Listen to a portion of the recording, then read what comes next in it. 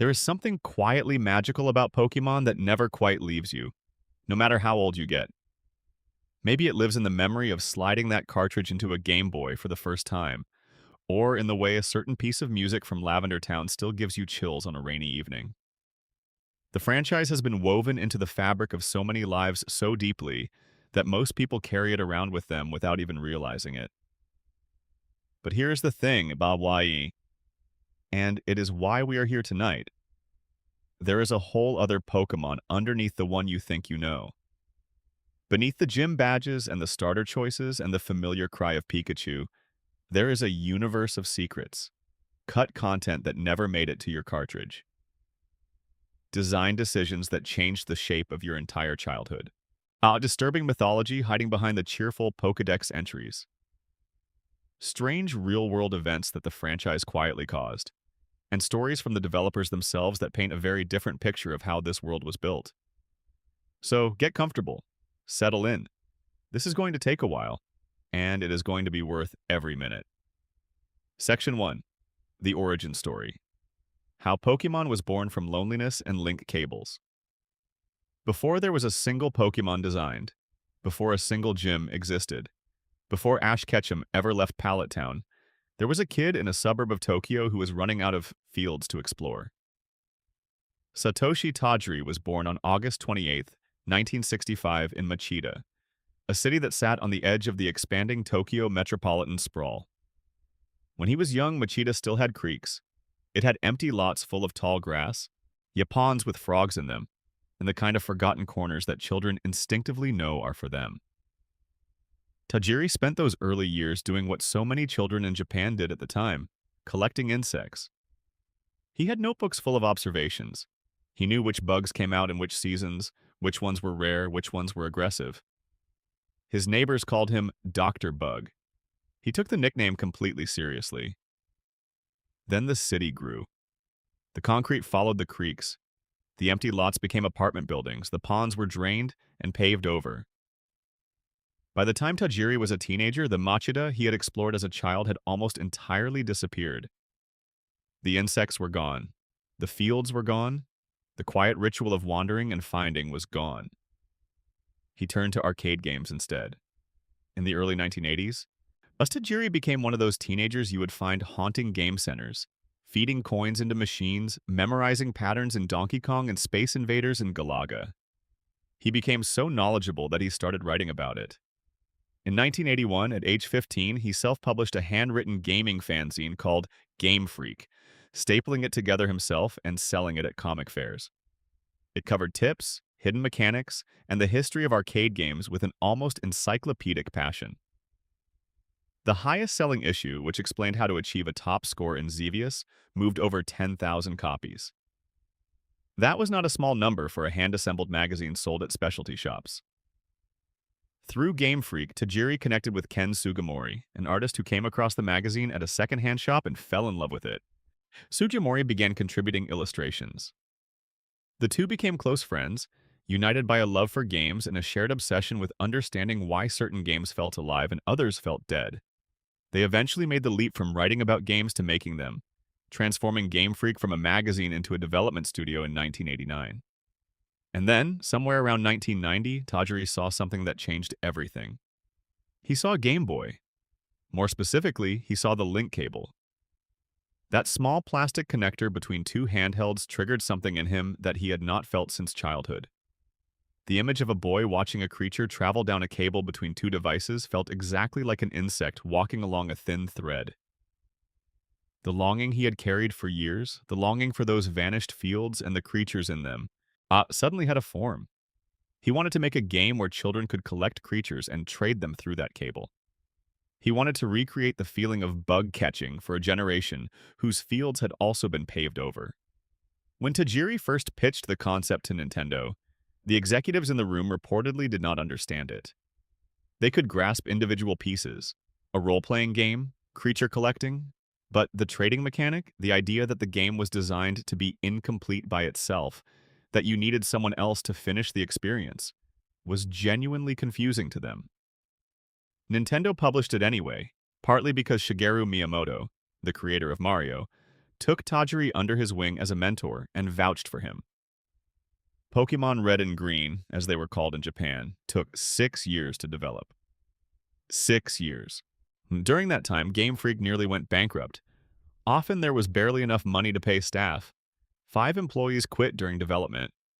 Tajiri himself took no salary for a period, surviving on money from his father. It was Creatures Inc. stepping in with investment funding that allowed them to finish, in exchange for 1/3 of the franchise rights. By the time the games launched in Japan in February 1996, nobody knew what to expect. Sales started quietly, then they started climbing, then they refused to stop. Here is something that adds a gentle wrinkle to that origin story. The size of the Kanto region in Red and Green, the geography of the whole first game, was based on how far Tajiri could ride his bike as a child from his home in Machida. He mapped the emotional territory of his childhood onto a grid of pixels. Just Pallet Town is not just a starting location. It is, in some quiet way, a memory. The rival character in the Japanese version of the games is named Shigeru, a direct and affectionate nod to Shigeru Miyamoto, the mentor who helped make the whole thing possible. And the player character? Named Satoshi. Tajiri put himself and his hero into the first Pokémon game, quietly, on the title screen, where most players never thought to look.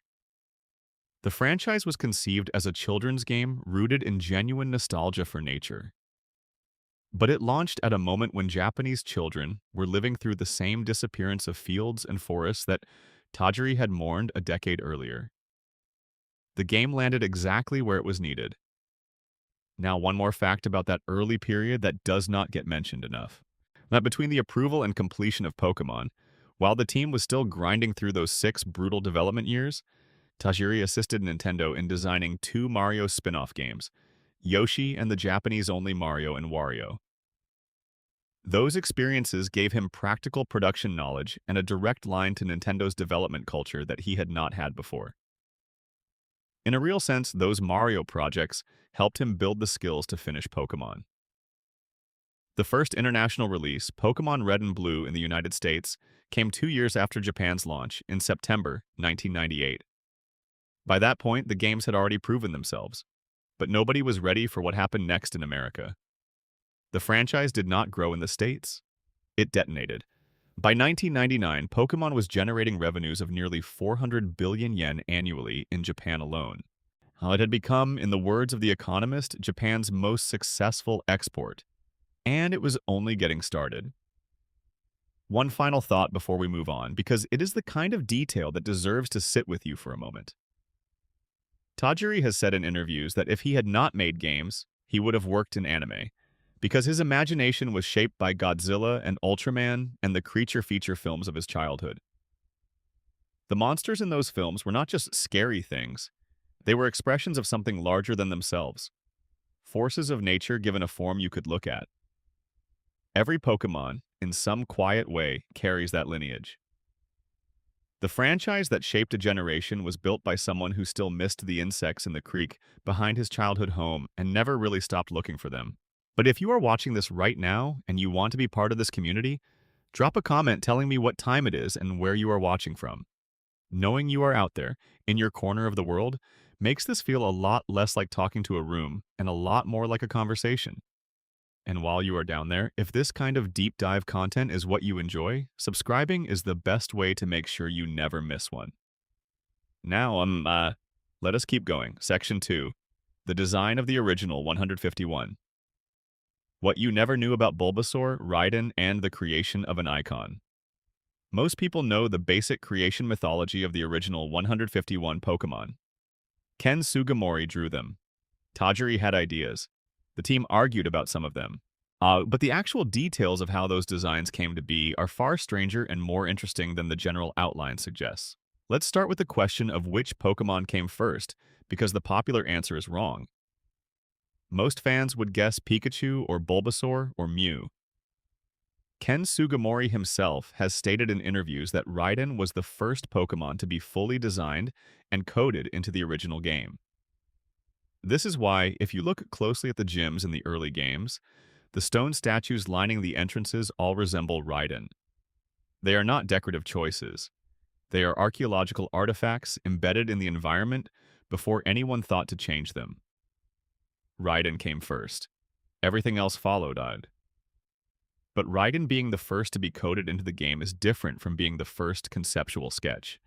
That honor, according to Sugimori, belongs to Clefairy. Clefairy was one of the earliest creature sketches produced for what would become the franchise, along with Lapras. These early designs shared a key characteristic. They were round, soft, and immediately legible as something you would want to hold.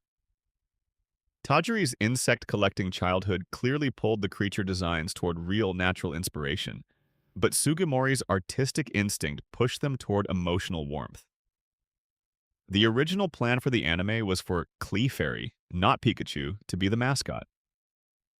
Early manga adaptations of the games actually depicted Red, the main character, with a Clefairy as his partner. When the production team for the anime ran tests, Clefairy did well with girls, but not with boys. Pikachu tested better across both groups, and Pikachu's electric powers made for more visually exciting battle sequences. The decision to switch the mascot was made relatively late in pre-production, and it is safe to say it was the most consequential decision the franchise ever made. A round pink creature with an attitude would have built a very different global identity than a yellow electric mouse with red cheeks. Pikachu's design itself has an interesting wrinkle. Atsuko Nishida, who designed Pikachu, originally based the character on a squirrel, not a mouse. The transformation from squirrel to mouse happened during the design process, but traces of the original concept are visible. Those rounded cheeks were inspired by daifuku, a soft Japanese rice cake, not by any actual rodent anatomy. The name Pikachu combines two Japanese onomatopoeia, pika pika, which is the sound of something sparkling or gleaming, and chu, which is the sound a mouse makes in Japanese. Later in the design process, Nishida added the cheek pouches at the request of a game designer who wanted Pikachu to feel cuter. The cheeks stuck, and they became one of the most recognizable design elements in the history of popular culture. Now for something stranger. In the beta versions of Pokémon Red and Blue, before the English localization was finalized, the Pokémon that would become coughing and wheezing had completely different names. They were called Nai and La, references to New York and Los Angeles, the two most famously polluted American cities.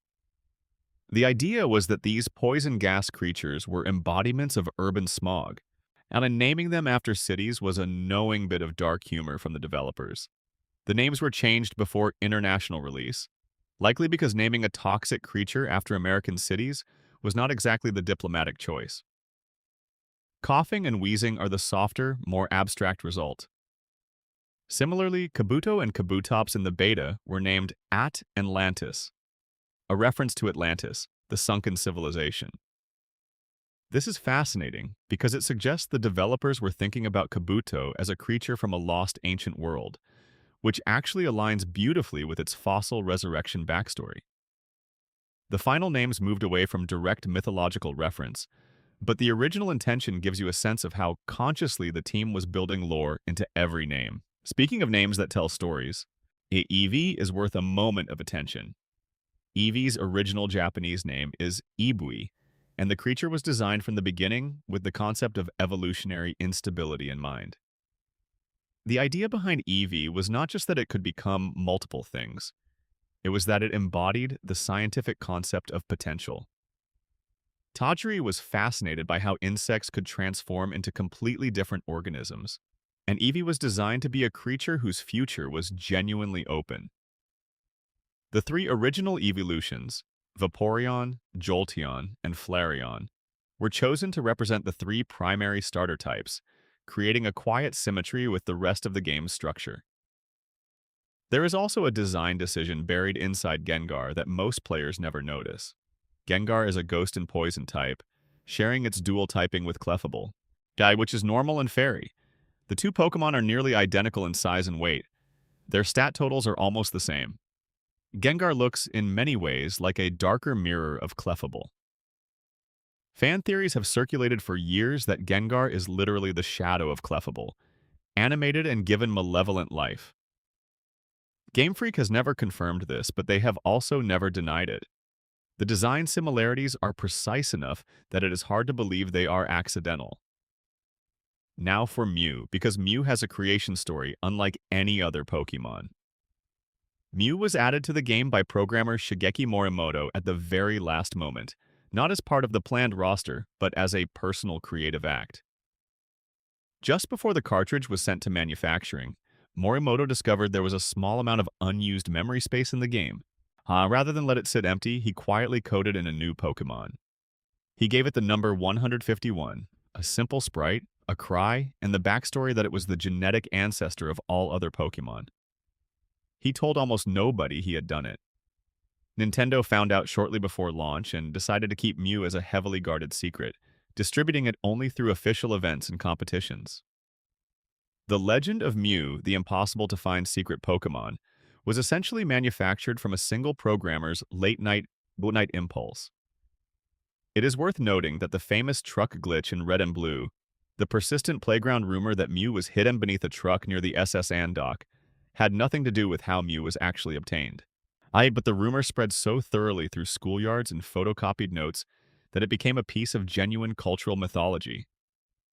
Game Freak themselves eventually acknowledged it, including a parked truck with no purpose near a harbor area in Pokémon Sun and Moon, 20 years later, as a quiet wink to everyone who had ever believed.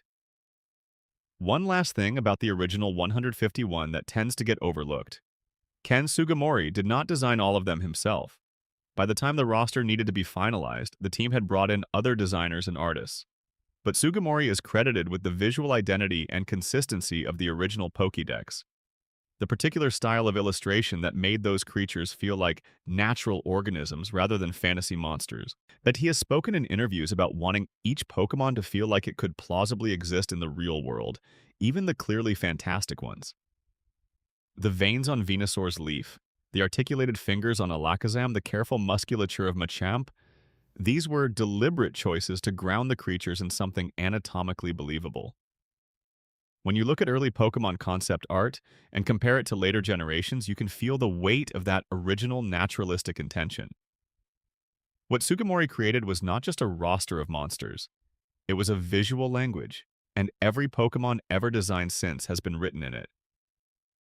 One additional design detail that gets overlooked in most conversations about the original roster: the starter Pokémon, Bulbasaur, Charmander, and Squirtle, were carefully designed to have a specific relationship with each other and with the player's emotional journey. Bulbasaur is grass and poison, which makes it technically strong against the first two gyms in Kanto.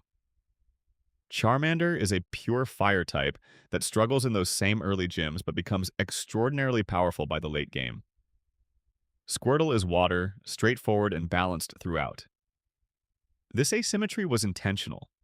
The starter you chose was meant to reflect something about your preferred approach to challenge. The player who chose Bulbasaur wanted an easier early game. The player who chose Charmander was, whether they knew it or not, signing up for a harder beginning in exchange for a more dramatic finish. Squirtle was the choice for players who wanted consistency. These emotional factors were coded into the first decision the game asks you to make. Pikachu's initial design also went through an intermediate stage that most people do not know about. Before Nishida's final design was approved, a version of Pikachu existed with a noticeably different shape, rounder, with slightly different ear proportions, and a simpler color scheme. The design that was ultimately chosen leaned into contrast: the yellow body, the brown stripes, the red cheeks, the black ear tips, in a way that made it visually readable at very small sizes on the original Game Boy's screen. Screen resolution was a real constraint on creature design in the first generation, and it shaped aesthetic choices in ways that have permanently influenced the franchise's visual identity. Ken Sugimori has spoken in later interviews about the strain of designing 151 creatures in the time available, and about some of the decisions that were made quickly under that pressure. Certain Pokémon in the original roster are acknowledged to be simpler because the schedule required them to be. Magnemite and Voltorb, for instance, are almost purely geometric: a circle, a sphere, magnets. These were not failures of imagination, but practical responses to a deadline. Sugimori has said he is proud of the simple designs because they demonstrate that strong design does not require complexity. Voltorb is just a red and white sphere with eyes. It has been recognizable worldwide for 30 years. The English localization of the first games introduced new names for creatures that sometimes told completely different stories from the Japanese originals. Arcanine in Japanese is windy, which is clean and direct. A wind dog, a creature defined by speed. In English, Arcanine suggests something ancient and huge from arcane.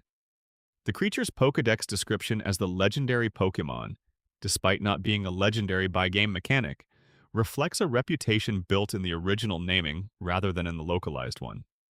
The evolution stone that creates it was originally called a Firestone Everywhere, but Arcanine was given the epithet legendary in its original Pokédex entry because it was described as appearing in ancient paintings alongside what clearly resembled legendary creatures. But this disconnect between name and classification has sparked fan discussion for 30 years.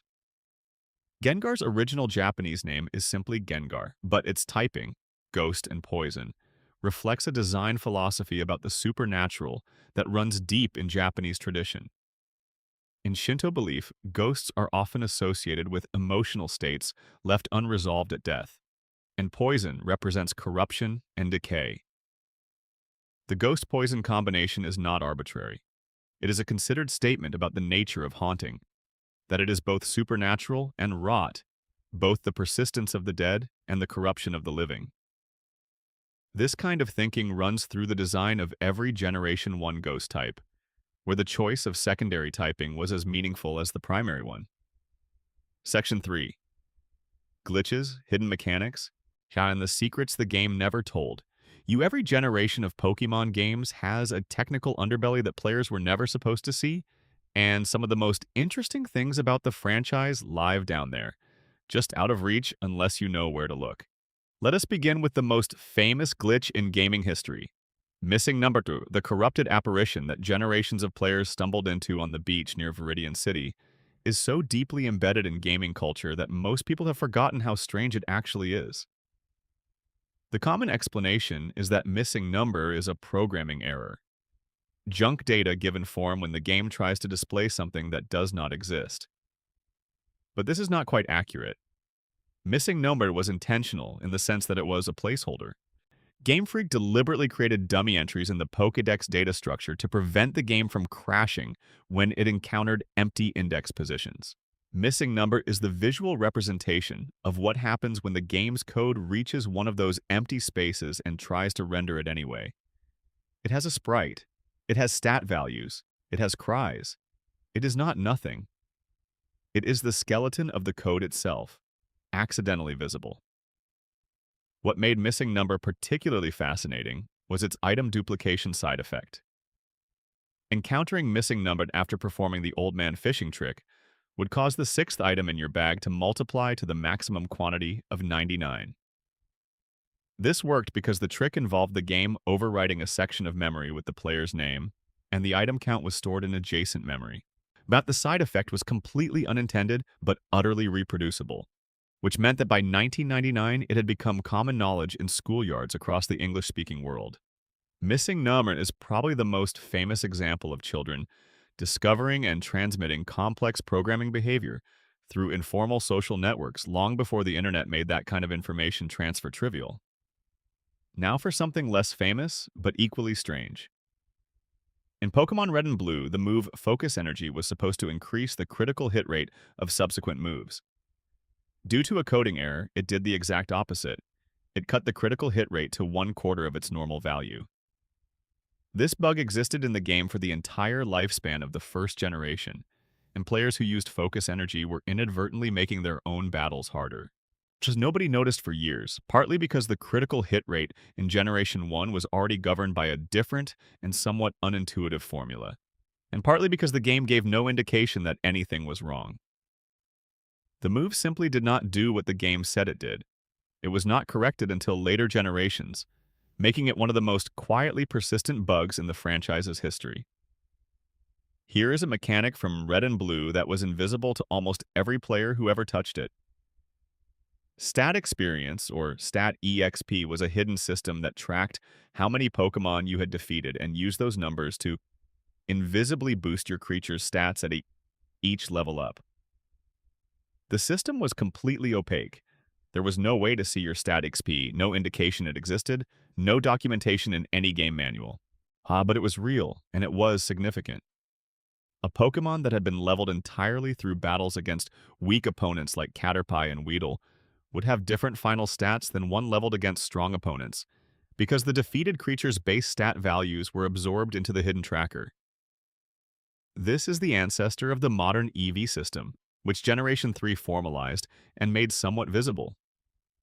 For the entire first generation, every Pokémon trainer was unknowingly engaging in a form of optimization they could not see and did not know existed. Moving to Gold and Silver, there is a hidden mechanic involving the day-night cycle and friendship that almost nobody discovered through normal play. In those games, the friendship value of your Pokémon increased not just through battles and items, but through walking. And specifically, walking exactly 256 steps triggered a friendship calculation. The game counted steps in intervals of 256, and this meant that explorers who covered ground regularly were unconsciously building bonds with their party without ever being told this was happening. Pokémon like Espeon, Togepi, and Umbreon required high friendship to evolve, and many players who managed to evolve them had no idea they had done so, partly through the act of simply traveling the world. It was an elegant design choice. The game was rewarding players for the thing the franchise had always been about, which was the journey itself. Gold and Silver also contained an unused Safari Zone, accessible through cheat devices, where the maps existed in code form but contained nothing.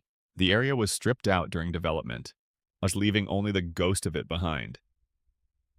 This kind of incomplete data is characteristic of the Gold and Silver development process, which was arguably the most chaotic in franchise history. The Space World 1997 demo of those games, a build shown at a Nintendo trade show 2 years before release, depicts a game so different from the final product that it is almost unrecognizable. The world map in that early demo was based on the entirety of Japan. There were over 40 completely different Pokémon designs, many of which were later reworked into recognizable final forms. Pre-evolutions existed for creatures like Vulpix, Growlithe, Ponyta, and Meowth. Farfetch'd had an evolution. Pinsir had an evolution. Ditto had both a pre-evolution and an evolution. None of these made it to retail. And one of the stranger cut elements from Gold and Silver involves the game's relationship with the anime. In the early build, the player's in-game television could be tuned to a channel that showed clips from the Pokémon animated series, with the character Satoshi, Ash, referenced by name. This was cut entirely from the final game, preserving the careful separation between the game's silent protagonist and the anime's specific story. But for a brief period in development, Game Freak intended to make the anime world canonically visible within the games. Now let us talk about Glitch City, the corrupted dreamscape hiding inside the Safari Zone in Red and Blue. By exploiting a save and reset interaction with the park's exit, players could cause the game to warp them into a version of the map where the tile data was entirely corrupted, while walls appeared in impossible places. The landscape looped endlessly. The music broke. The whole experience was surreal in a way that felt almost intentional, like stepping into a glitching simulation. Players who found Glitch City by accident often described it as unsettling in a way that ordinary game bugs are not. It felt like the game was showing you something it was not supposed to show you. Years later, hackers and researchers confirmed that Glitch City was entirely unintentional, a consequence of the game's memory management system being overwhelmed by conflicting zone data. But the experience of wandering through it has never been fully replicated by any intentional game design. Here is a fascinating mechanic from the Pokémon Yellow era that involves friendship in a very literal way. In Yellow, Pikachu follows the player, and tapping the A button while standing near it produces a reaction that reflects its current emotional state. But there was a bug in the friendship system's programming. Interacting with certain NPCs in specific sequences could reset Pikachu's friendship meter to 0 without any indication. This happened because the friendship mechanic was genuinely new and experimental in Yellow, and the code around it was fragile. A player who had carefully built up their relationship with Pikachu could unknowingly erase all of it by talking to the wrong character. The mechanic worked better than it should have, given how untested it was, but it broke in ways that nobody predicted. One more hidden mechanic, this one from Generation 3. In Pokémon Ruby and Sapphire, berries could be planted and grown using a real-time clock built into the Game Boy Advance cartridge. The growth cycles were tied to actual time passing in the real world. A berry planted Monday morning might be ready by Wednesday afternoon. But the cartridge battery that powered this real-time clock had a lifespan. Once the battery died, time stopped inside the game. Berries would stop growing. Events tied to specific days would stop triggering. The entire Hoenn calendar would freeze at the last moment. The battery was alive. Many players discovered this years after finishing the game and found themselves in a world where time had literally stopped. Later remakes introduced workarounds, but every original Ruby and Sapphire cartridge in the world is slowly dying in this way, one battery at a time. But there is also the Mirage Island mechanic from Ruby and Sapphire that almost nobody encountered legitimately. The island only appeared on the in-game map if the player's Pokémon party contained a creature whose personality value, a hidden number used to determine things like gender, nature, and shiny status, matched a specific randomly generated daily value in the game's code. The odds of this occurring on any given day were approximately 1 in 65,536. Players who visited Tianwood City every day for years without seeing the island were not unlucky by normal standards. They were experiencing exactly what probability said they should. Mirage Island was effectively theoretical content for most players. Real in the code, invisible in the experience. The Trainer ID and Secret ID system in Generation 3 and beyond is another invisible mechanic that shapes the game in ways players rarely notice. Every Pokémon game assigns each player, save file, a visible Trainer ID, and a hidden Secret ID. These two numbers together determine whether traded Pokémon receive an EXP bonus in battle. They also have implications for shiny Pokémon generation. The probability that an egg hatches shiny is connected to a formula involving these IDs. Players who understood this system used it to manipulate their shiny odds through the Masuda method, a breeding technique named after Game Freak's Junichi Masuda, who revealed in a blog post that breeding two Pokémon from games with different in-game language settings dramatically increased shiny odds. But the Masuda method has become one of the most widely known competitive breeding strategies in the franchise's history, all because a developer quietly shared a technical detail on a personal blog. The Pomeg glitch from Pokémon Emerald allowed players to reduce a Pokémon's HP below 0 through a specific interaction with a berry that reduces HP effort values while the Pokémon's actual HP is already at its minimum. The result was a Pokémon with a negative HP value, which the game displayed as a number in the tens of thousands. Taking this glitch into the battle frontier produced encounters with wild Pokémon in areas where wild Pokémon should not exist, an experience so disorienting that players who discovered it described it as finding a crack in reality. The game had not been designed to handle negative HP, and its behavior when it encountered the condition was genuinely unpredictable. Section 4. The Dark Side of the Pokédex, What Lives Beneath the Friendly Surface. There is a peculiar tension at the heart of the Pokémon franchise. On the surface, it is a cheerful adventure series about friendship and growth.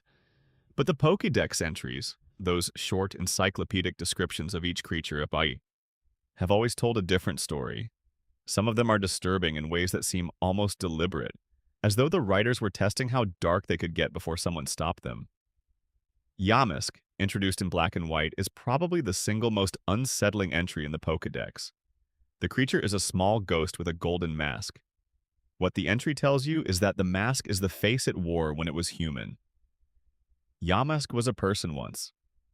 It died, but became a ghost, and now drifts through the world carrying the face it had when it was alive. The entry goes further. It states that Yamask will sometimes look at the mask and weep. The creature is not just dead, it is grieving its own life, holding the evidence of its humanity in its tiny hands, unable to put it down and unable to fully become what it now is. It evolves into Kofa Grigus, a sentient golden sarcophagus that traps grave robbers inside its body and is completely consumed by hatred. Whatever human memory it had is gone by then, which might actually be a mercy. Gengar has a similar story, though spread across multiple generations of entries rather than concentrated in one.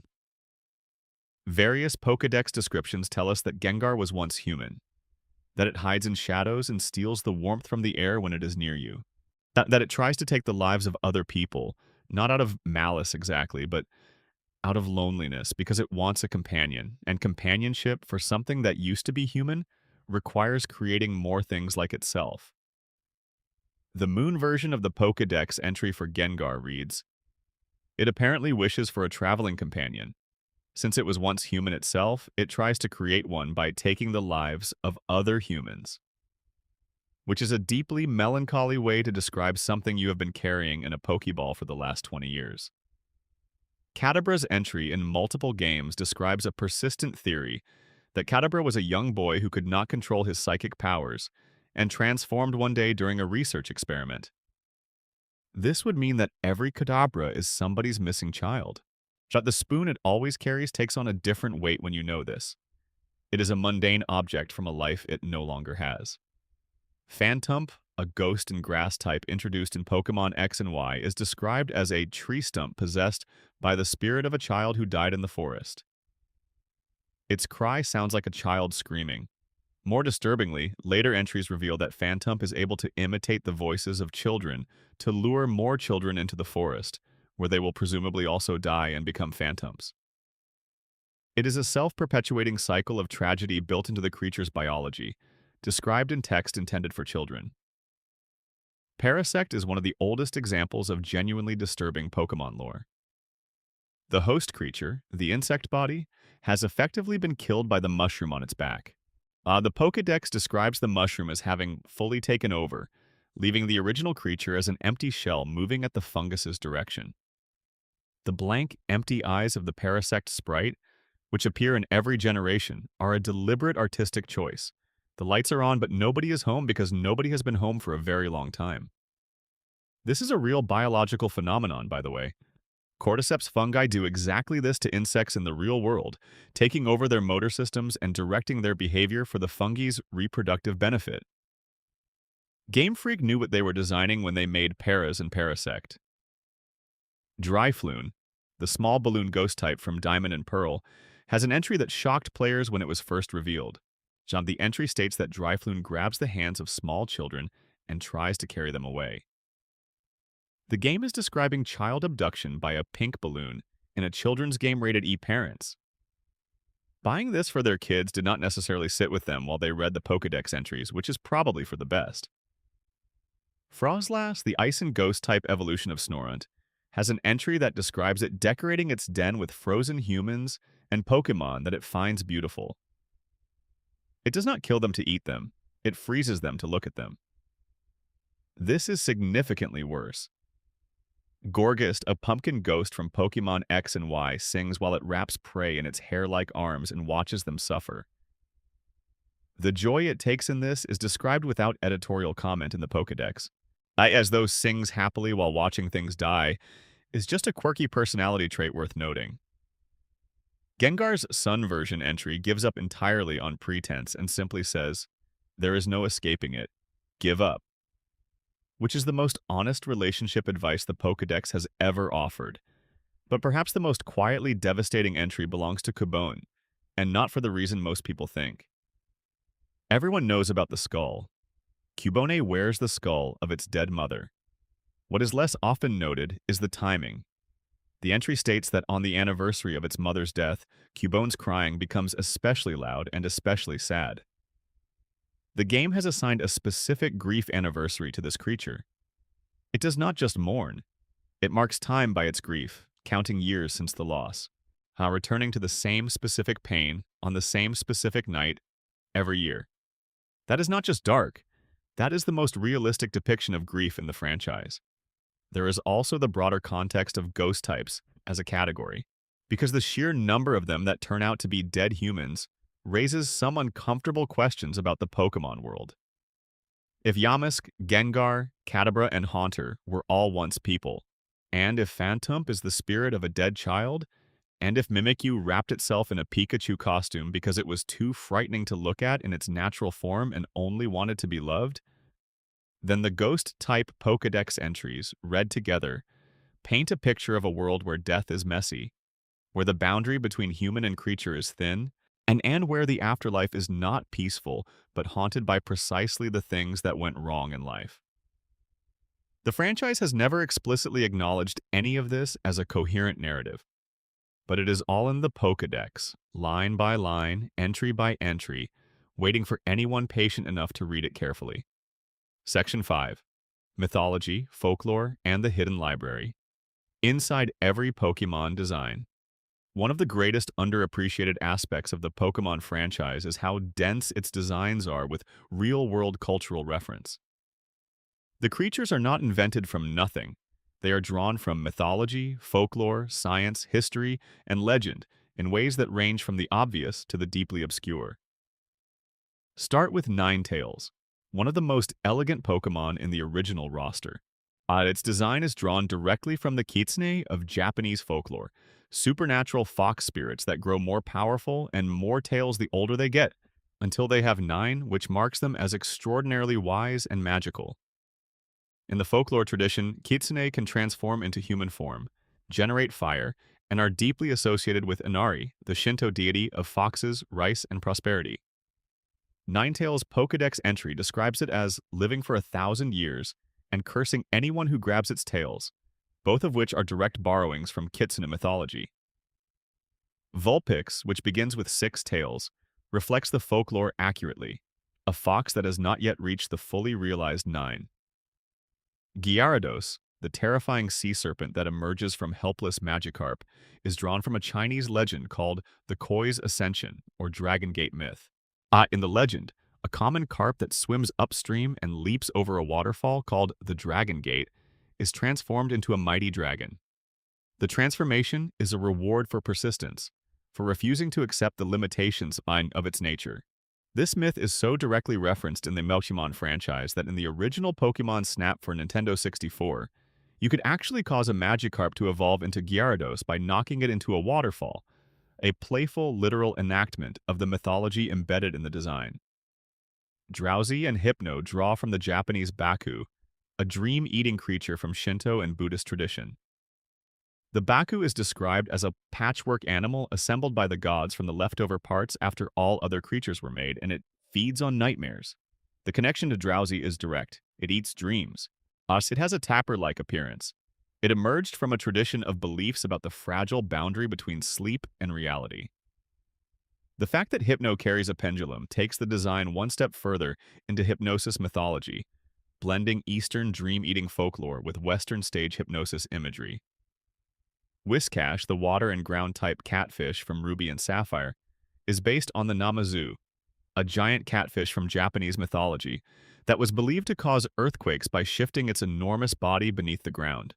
In the myth, the Namazu was held in check by the god Kashima, who pressed a stone against it to keep it still. Whenever Kashima was distracted or looked away, the Namazu would writhe, causing the earth to shake. This is precisely why Whiscash is water and ground type, and precisely why it can learn Earthquake. Yet the design team did not pick catfish randomly. They knew exactly what catfish meant in Japanese cultural tradition. Shiftry, the grass and dark type, is based on the Tengu, one of the most iconic beings in Japanese mythology.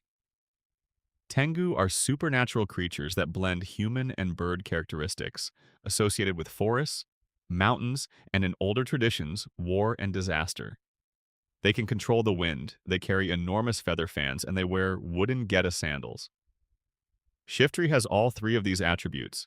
Its leafy hands function as fans that can generate gale force winds, its feet are shaped like geta sandals, and its typing reflects the Tengu's dual nature as both forest protectors and harbingers of chaos. Frostlass, as mentioned in the Dark Lore section, is based on the Yuki Onna, the snow woman of Japanese ghost stories. The Yuki Onna appears on remote mountain roads in winter, usually described as impossibly beautiful, pale as snow, dressed in white. She lures travelers in and freezes them. Sometimes she is sympathetic. There are versions of the story where she shows mercy or even falls in love. The way Frostlass evolves exclusively from female Snorunt is a direct acknowledgement of the Yuki Onna as a gendered spirit with a specific identity. Now for something from outside Japanese tradition. The Swords of Justice, Cobalion, Terrakion, Virizion, and Keldo are based on the characters from Alexandre Dumas' The Three Musketeers. Cobalion maps to Athos, the eldest and the leader. Terrakion maps to Porthos, the most physically imposing. Virizion maps to Aramis, the most graceful and refined. And Keldeo the Young, a water-affiliated fourth member who joins the group later, maps to D'Artagnan, the enthusiastic newcomer whose story drives the novel.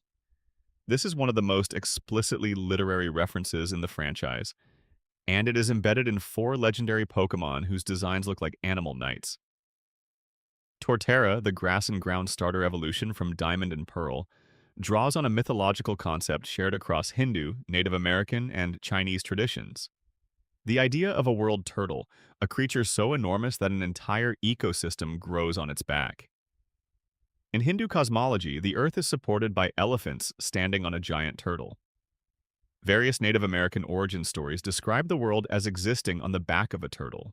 But the resonance between these independent traditions and Torterra's design suggests the Game Freak team was thinking about the image at its most universal, rather than drawing from any single source. Mawili, the steel and fairy type, has a backstory rooted in the Futakuchi Onna, a figure from Japanese folklore, a woman with a second mouth on the back of her head, hidden beneath her hair that demands food constantly and bites anyone who tries to deny it.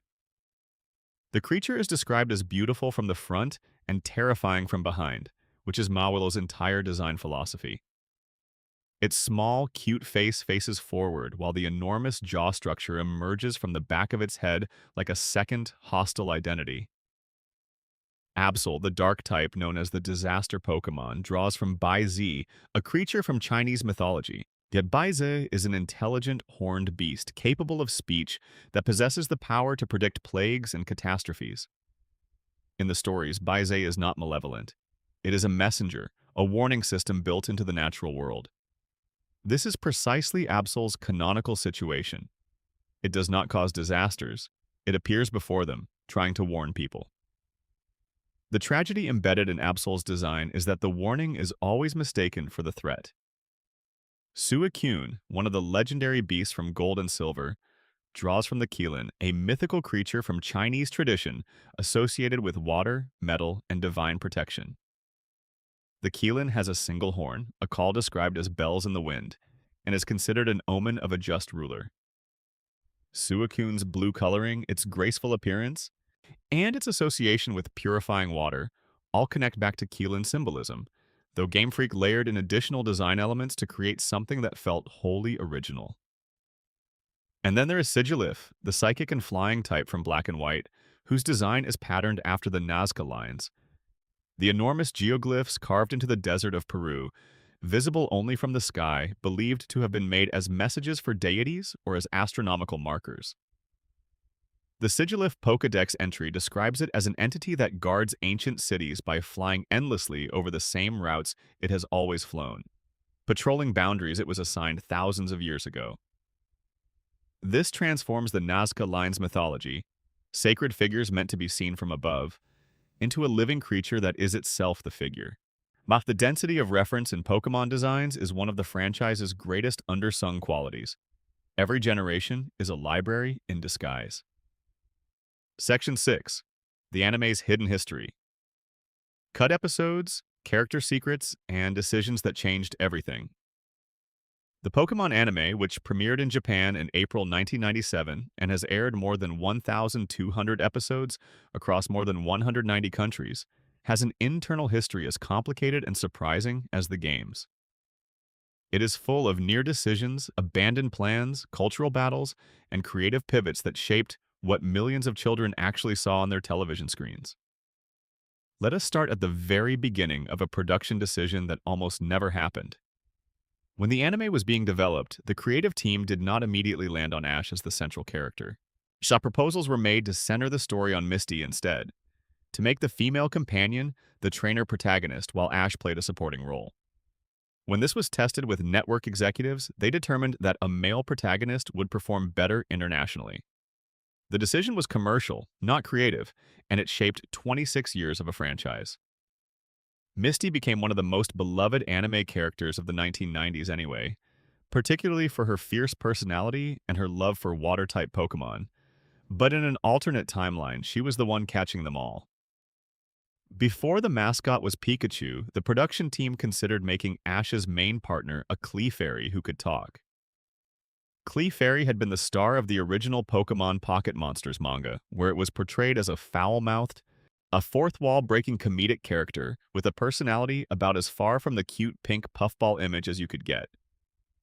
The manga's Clefairy insults other characters, breaks the fourth wall with abandon, and acts as a kind of chaotic force of personality. Producers felt that a talking Clefairy would be too unusual, too specific, too much of a niche comedic choice for a global launch. Pikachu's simpler communication, the name, the expressions, the sounds, was more universally legible. The switch was made, and the rest is a franchise worth over $150 billion.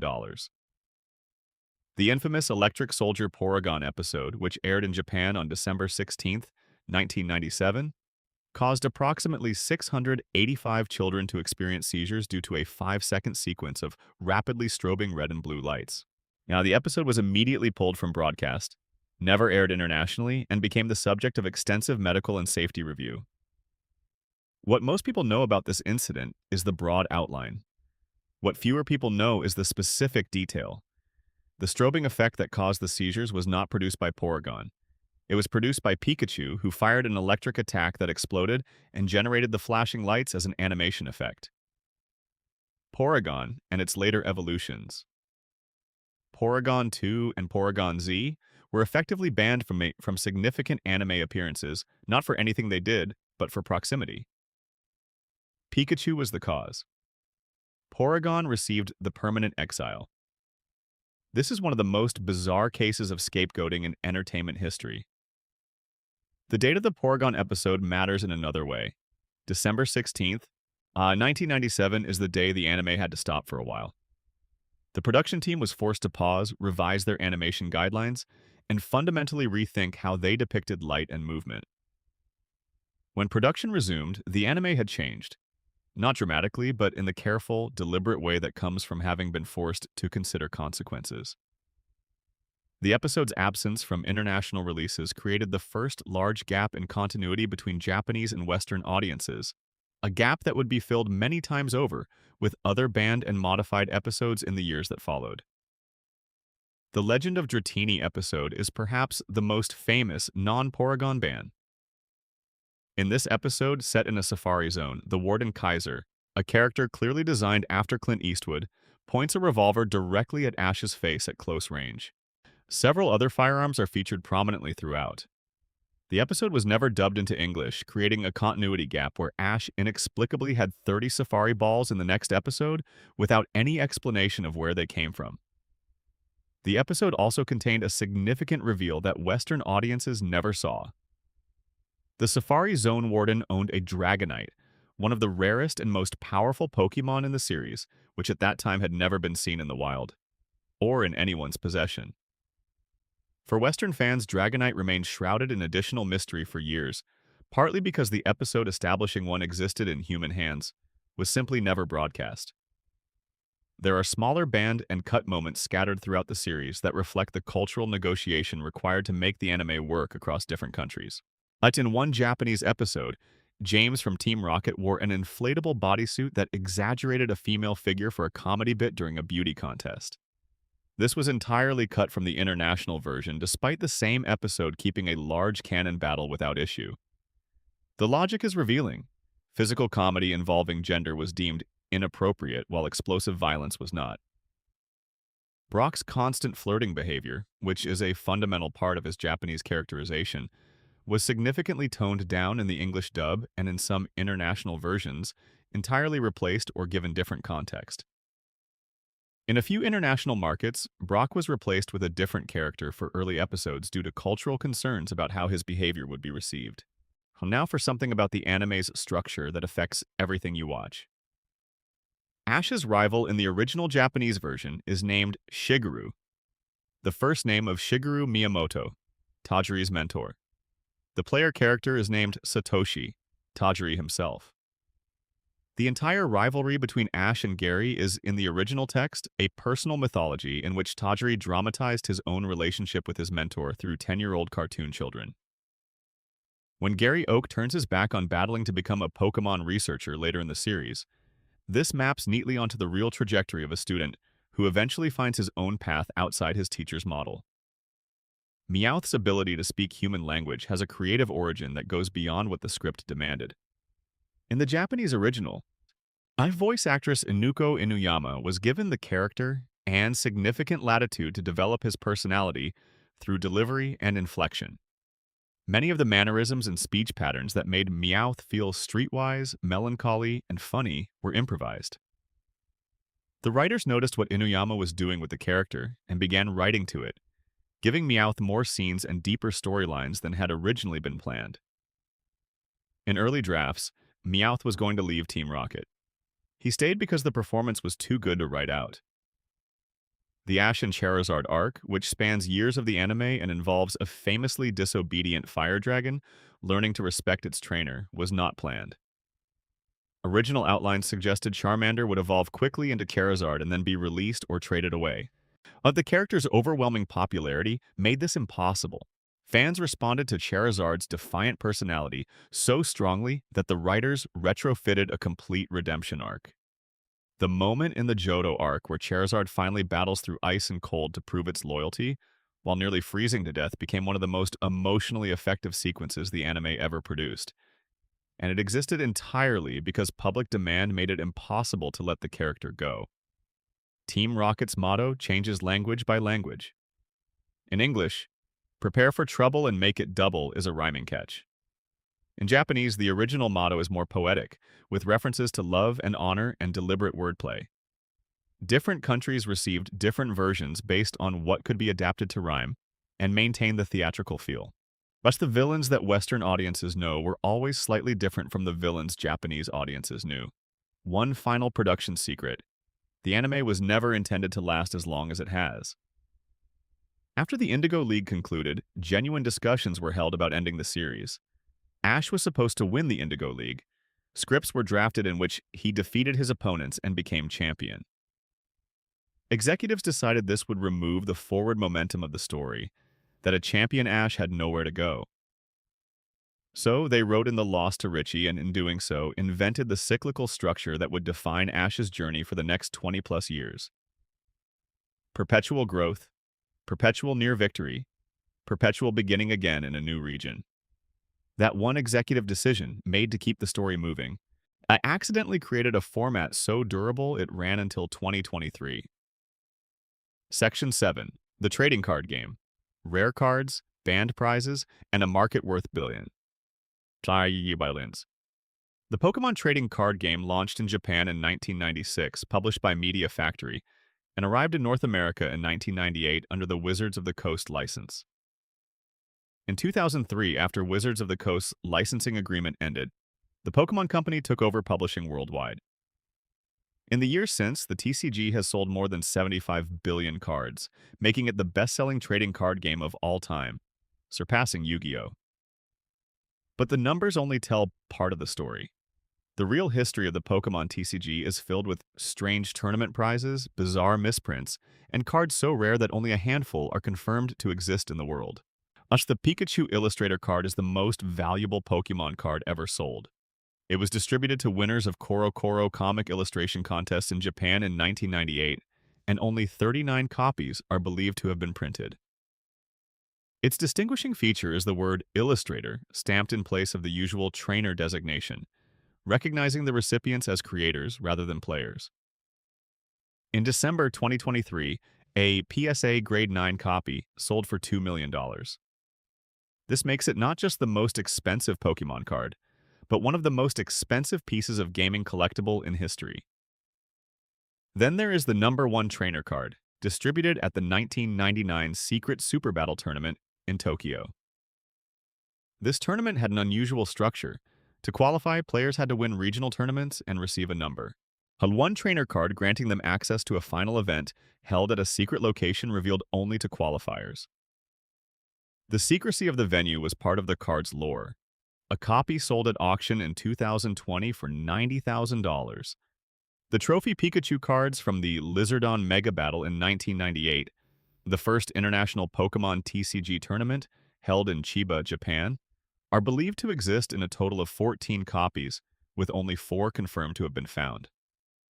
One of the confirmed copies sold in 2021 for $444,000. And then there's the Blastoise commissioned presentation Galaxy Star holographic card, one of only 2 created by Wizards of the Coast in 1998, as part of a presentation to convince Nintendo executives to license them as the English-language TCG publisher. These cards were not intended for public distribution. One of them sold in January 2021 for $360,000. And it is essentially the original sales pitch for one of the most successful licensing arrangements in entertainment history, printed on cardstock. The pre-release Raichu is one of the most debated cards in the TCG's history. The card carries the word pre-release stamped on it, a mark meant for promotional demonstration cards, but stamped on a Raichu rather than the cards it was supposed to mark. For years, collectors and historians debated whether this card was real or an elaborate hoax. Wizards of the Coast gave conflicting statements at various points. In recent years, 2 copies of the pre-release Raichu have been authenticated by CGC, a major card grading service resolving the long-running debate. The card is real.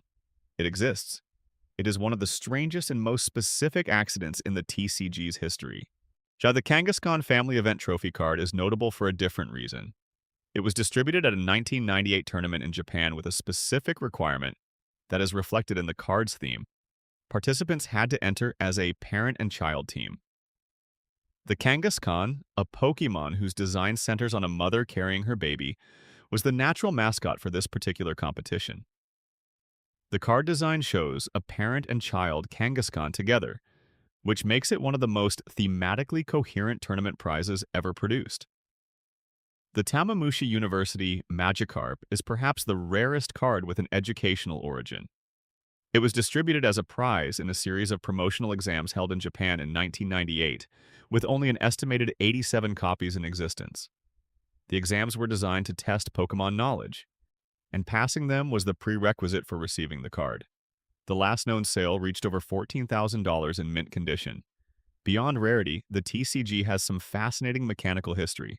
The Dark Pokémon mechanic, introduced in the Team Rocket expansion in 2000, brought creatures corrupted by Team Rocket's influence into the game. These were not separate Pokémon, but alternate versions of existing ones. Dark Charizard, Dark Blastoise, with modified abilities that reflected their compromise. This was the TCG's first exploration of moral complexity, and it arrived years before the games themselves attempted anything similar with Shadow Pokémon and Pokémon Colosseum. The Ancient Mew promo card, distributed with the second Pokémon film in 2000, was printed in a faux ancient script that looked like pure decoration. The players assumed it was unplayable. Translators eventually revealed that the text could be decoded into actual card mechanics, and in certain tournament formats it created unbalanced strategies. The card was quickly banned from official play, but it remains one of the most beautiful physical objects the franchise has produced. A laminated piece of holographic gold that looks like it belongs in an archaeological museum. There is a particularly strange moment in TCG history involving urban legend and schoolyard fear. In the late 1990s, a rumor spread among children in North America that psychic-type cards were cursed due to their purple coloring. The rumor had no basis in reality, but it was widespread enough that Wizards of the Coast released public statements addressing it. Children refused to include them in decks, traded them away for less than face value, and in some cases destroyed them. It was one of the most striking examples of how rapidly misinformation traveled through the informal networks of pre-internet childhood culture. Today, the Pokémon TCG is experiencing a renaissance. The 2020 pandemic created a surge in collector interest that drove prices on vintage cards to extraordinary heights and introduced a new generation of grading culture. In 2024, the Guinness World Record for the largest Pokémon card collection was held by brothers Owen and Connor Gray from the United Kingdom, with 48,339 unique cards authenticated and certified. The collection spans every era of the TCG, printed in multiple languages. The trading card game has become its own culture within the larger culture of Pokémon, a community of collectors, competitive players, and investors with its own history, its own heroes, and its own mythology of lost and found objects. Section 8. Pokémon Go and the Summer That Changed the World. On July 6, 2016, Pokémon Go launched in the United States, Australia, and New Zealand. What happened next was not normal. Within a month of launch, the game had been downloaded more than 100 million times on Google Play alone. It broke the record for the fastest mobile game to reach $100 million in revenue, doing so in just 20 days. At its peak, it had over 232 million monthly active players worldwide. The search term Pokémon Go was, according to Google Trends data from that period, searched more frequently than the word porn in July 2016. The game was bigger than Facebook in daily time spent. It was bigger than Snapchat. It temporarily eclipsed Twitter. While the cultural footprint of Pokémon Go in its first weeks of existence was genuinely unprecedented for a mobile game. City parks filled with hundreds of people hunting the same rare creature. A stampede in Central Park when a Vaporeon appeared. Police departments in multiple countries issuing official safety guidance about playing the game while driving. The mayor of Rio de Janeiro publicly hoped the game would reach Brazil before the 2016 Olympics. Both Donald Trump and Hillary Clinton mentioned it during their presidential campaigns.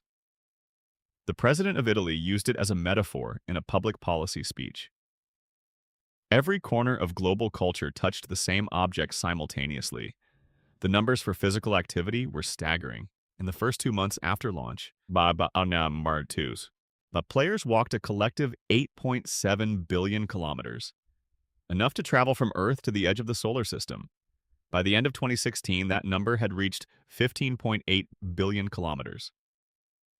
By 2019, players had walked a collective 23 billion kilometers since launch. The game created a fitness culture through a franchise that had never positioned itself as a fitness product.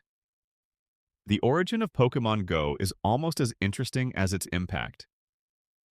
In 2014, Nintendo and the Pokémon Company launched an April Fool's Day joke in collaboration with Google, a fake announcement about hiring Pokémon masters to catch creatures on Google Maps. The response was so positive that it functioned as genuine market research. Niantic, a company that had developed a location-based augmented reality game called Ingress, was brought in to turn the concept into something real. The underlying map infrastructure of Pokémon Go was built directly on Ingress's existing location database. Every Pokestop and gym in the original version of the game was a landmark that Ingress players had already submitted and categorized. John Hanke, Niantic's founder, revealed at San Diego Comic-Con in 2016 that only about 10% of the ideas the development team had were actually implemented in the game at launch. This statement gained significance when data miners began finding unused code in early versions. References to trading mechanics, Pokestop creation tools, and other features that appeared in the game's structure but not in its actual content. Trading, which the games had featured since 1996, did not officially arrive in Pokémon Go until 2018, 2 years after launch, but the code scaffolding for it was visible in the original build. One of the most discussed cut features was a mechanic where wild Pokémon could flee into the physical world, requiring players to chase them to specific nearby locations to continue the encounter. The developers removed this feature during testing after considering the safety implications of children sprinting across streets following a game prompt. The current flee mechanic, where a Pokémon simply disappears from the screen, was the deliberately safer replacement. Beyond the numbers and the features, Pokémon Go did something psychologically complex. It took a franchise built on the idea of exploring the natural world for creatures and moved it into the built environment, the same concrete world that had replaced Tajiri's childhood fields. Players were now finding Pokémon in parking lots, shopping centers, and urban parks rather than in tall grass and quads. The franchise's nostalgia for a lost natural world was being channeled through the infrastructure of the very world that replaced it. The metaphor runs deep, even if nobody planned it that way. The game also created some of the most widely shared stories of unintended consequence in gaming history. In Darwin, Australia, police had to remind players that they did not need to enter the police station to access the Pokestop located inside. In New Hampshire, a teenager who went looking for Pokemon near a river found a body. Archaeologists at historical sites began receiving complaints about Pokemon hunters disturbing their excavations. Cambodia had to ban players from a former genocide site after they began showing up there with phones raised. Bosnia issued warnings about Pokemon hunters wandering into areas that were still mined from the Civil War. None of this diminished the game's cultural impact.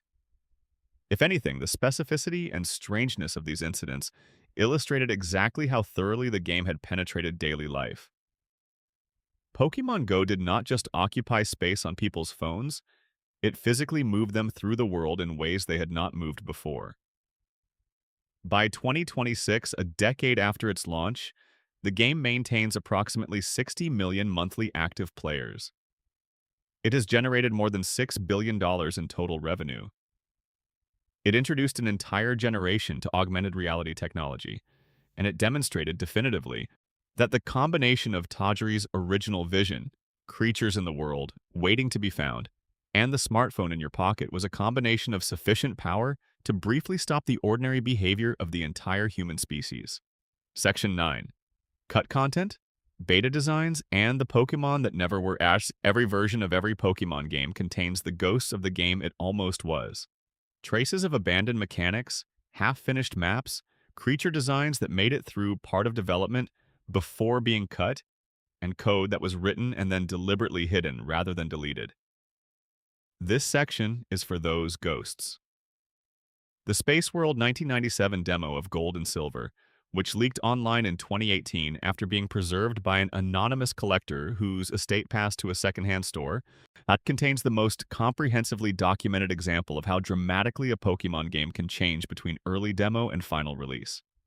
The roster of Pokemon shown in the demo shares some overlap with the final game, but is genuinely different in dozens of places.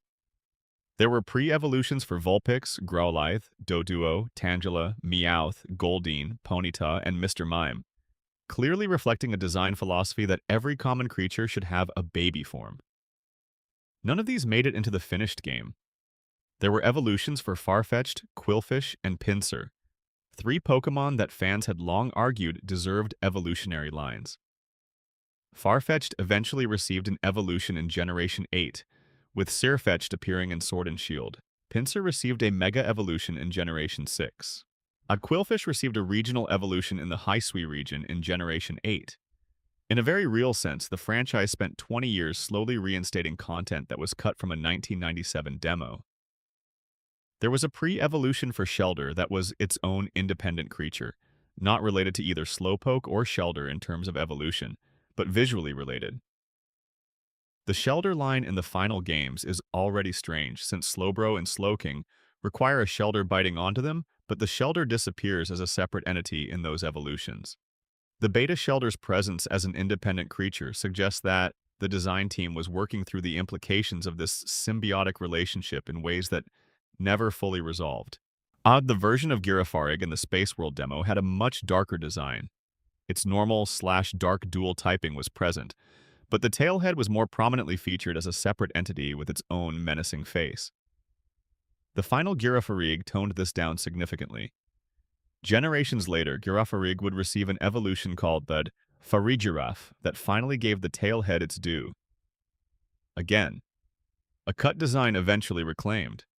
Norawara, a cursed doll Pokemon from the early Gold and Silver builds, became legendary among fans after its leaked sprite circulated online. It was a small voodoo doll-like creature with pins stuck through it, and it would have been one of the darkest Pokemon designs to actually make it into a mainline game.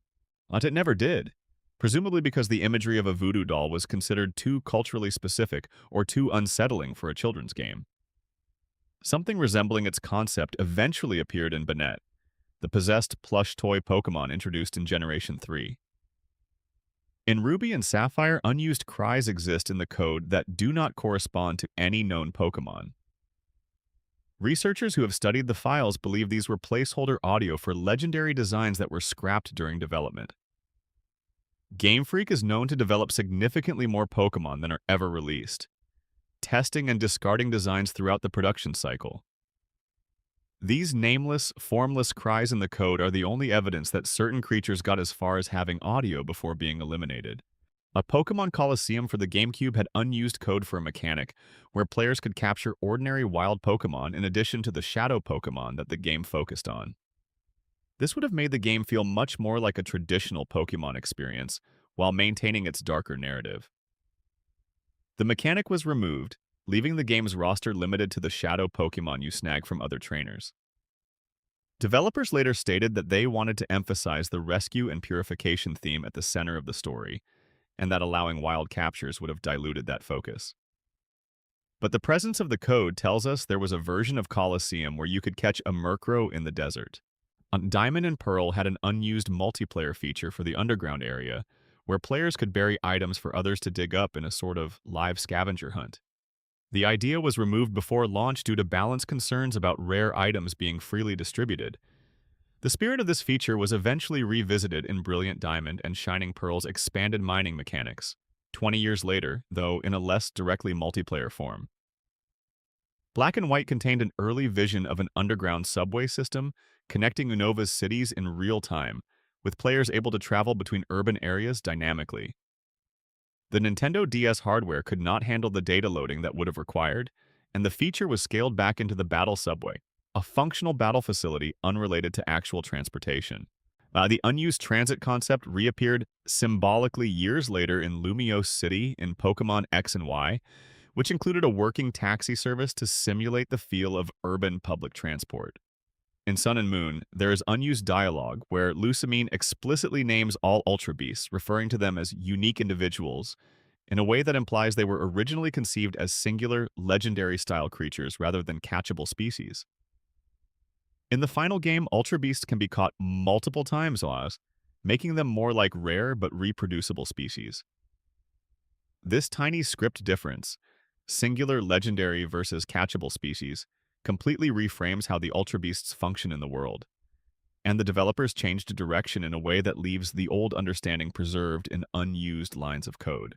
The unused Poképelago feature from Sun and Moon would have sent your stored Pokémon on short text adventures, little stories that played out while you were away, with your creatures exploring caves, finding items, and experiencing the world without your direction.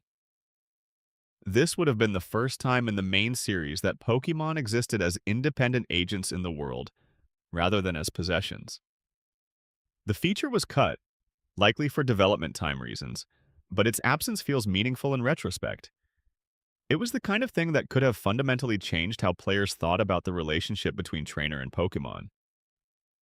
Perhaps the most poignant piece of cut content is Eternal Flower Flet from Pokémon X and Y.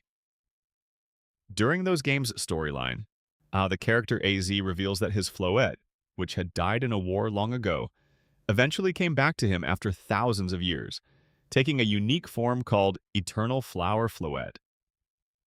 Full data for a usable version of this Pokémon exists in the code of Generations 6 and 7. Sprites, shiny sprites, a unique base stat spread different from regular Floette, its own cry, and an exclusive move called Light of Ruin that no other Pokémon can learn. An NPC in the game hints that this special Floette would be available through a future event. That event never came. Eternal Flower Floette remains locked in the code of games that are no longer receiving updates, officially unobtainable, real in every technical sense but unreachable by any legitimate means. It is, in the most literal way possible, a ghost. Section 10. Strange Records. Cultural Oddities, and the Facts that refuse to fit anywhere else. This final section is where everything that could not be neatly categorized ends up, which makes it, in a way, the most honest section of all. Because Pokémon's history is full of things that refuse to fit neatly anywhere. Let us start with a scale. As of 2024, Pokémon is the highest-grossing media franchise of all time, with lifetime revenue estimated at approximately $150 billion. This figure surpasses Star Wars, which sits at roughly $70 billion. It surpasses Disney Princess, which reaches about $100 billion. It surpasses Harry Potter, the Marvel Cinematic Universe, Super Mario, and Mickey Mouse. The franchise that a developer once thought might not sell beyond Japanese schoolchildren has generated more money than any fictional universe in the history of human creativity. The trading card game component alone has sold more than 75 billion cards, which is a number that is difficult to hold in your mind. If you laid 75 billion standard-size playing cards end to end, they would circle the Earth at the equator more than 3,000 times.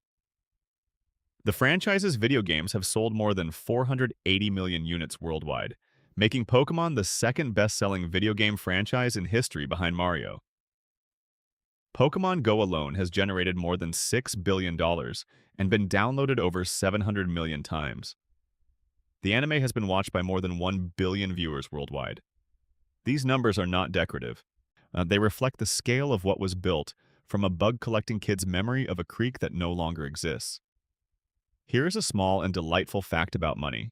In 2001, the South Pacific island nation of Niue, which uses New Zealand currency as its primary tender, but maintains the right to issue commemorative coins, put Pikachu on the back of a $1 coin. Pokémon officially appeared on legal tender. Very few media franchises in history have achieved this particular form of cultural recognition. In Japan, Pokémon Crystal had a mobile attachment that allowed players to connect to the internet to collect special items. This feature was removed from international releases, primarily because mobile technology in the United States and Europe at the turn of the millennium was not as advanced as in Japan. This makes Crystal the first Pokémon game to attempt any form of online connectivity, a full 6 years before Generation 4's Wi-Fi features became the standard expectation. The move splash, famously associated with Magikarp and universally known as the most useless move in the game, is not about water at all. In the Japanese original, the move is called Hanaru, meaning to hop or to jump. The move was intended to depict Magikarp's frantic flopping on land, a fish out of water expressing pure, desperate, futile energy. When it was localized into English, the translators went with splash, which carries water connotations and sounded appropriate for a fish. The consequence of this choice is that Pokémon like Hoppip, a floating plant, also know the move, which makes no intuitive sense if you are thinking about splashing water. It makes perfect sense if you know the original intention was about the physical action of hopping. One translation decision created 30 years of confusion. Pikachu has appeared on currency, inspired a Starbucks Frappuccino during the Pokémon Go summer of 2016, and inspired 200,000 Spotify playlists in the weeks after the game launched. The game at its peak had more daily active users than Facebook. These are not normal franchise statistics. These are signs of something that touched something primal in a very large number of people at the same time. Here is something from the competitive structure of the games that most casual players never encounter. Electros, the electric-type Pokémon introduced in Black and White, is the only Pokémon that has no type weaknesses whatsoever. Electric types are normally weak to ground-type moves. Electros has the Levitate ability, which makes it immune to ground-type moves. This eliminates its one natural weakness and leaves it with nothing. It is technically unexploitable, a creature the type chart has no answer for. Prior to Pokémon X and Y, 1 in 3 female Azurill that evolved would change gender and become male Marill.